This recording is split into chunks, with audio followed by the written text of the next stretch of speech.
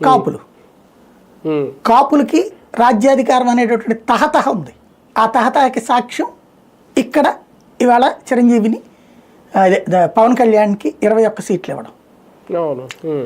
కాబట్టి వాళ్ళు తెలంగాణలో బీసీలకి ఆ కసి ఉంది కాబట్టి అక్కడ బీసీ సీఎం అని అనౌన్స్ చేశారు. ఆంధ్రాలో కాపు సీఎం అని అనౌన్స్ చేయగలిగిన ధైర్యం ఒక్క భారతీయ జనతా పార్టీకి మాత్రమే ఉంది. దానికి ఇది ఒక తొలిమెట్టు అనుకోవాలి. పవన్ కళ్యాణ్తో వెళ్ళడం తొలిమెట్టు యాక్చువల్గా. తర్వాత కాలంలో నెక్స్ట్ స్టెప్లో ఇది ఉంటుంది, ఇది కాపు ముఖ్యమంత్రి అనేటటువంటి కాన్సెప్ట్ తీసుకొస్తారు. అది పవన్ కళ్యాణ్ని ముందు పెట్టచ్చు. అంటే కాపు సామాజిక వర్గం వాస్తవంగా భారతీయ జనతా పార్టీని ఆంధ్రాలో బతికిచ్చిందండి. అది గుర్తుపెట్టుకోవాలి మనం ఫస్ట్ నుంచి కూడా. 1998 సంవత్సరంలో రాష్ట్రంలో భారతీయ జనతా పార్టీ ఒంటరిగా పోటీ చేసింది. అయితే ఆ రోజున తెలుగుదేశం చీలడం వల్ల ఎన్టీఆర్ తెలుగుదేశం ఉంది లక్ష్మీపార్వతి నాయకత్వంలో, ఆ పార్టీతో పొత్తు పెట్టుకుంది.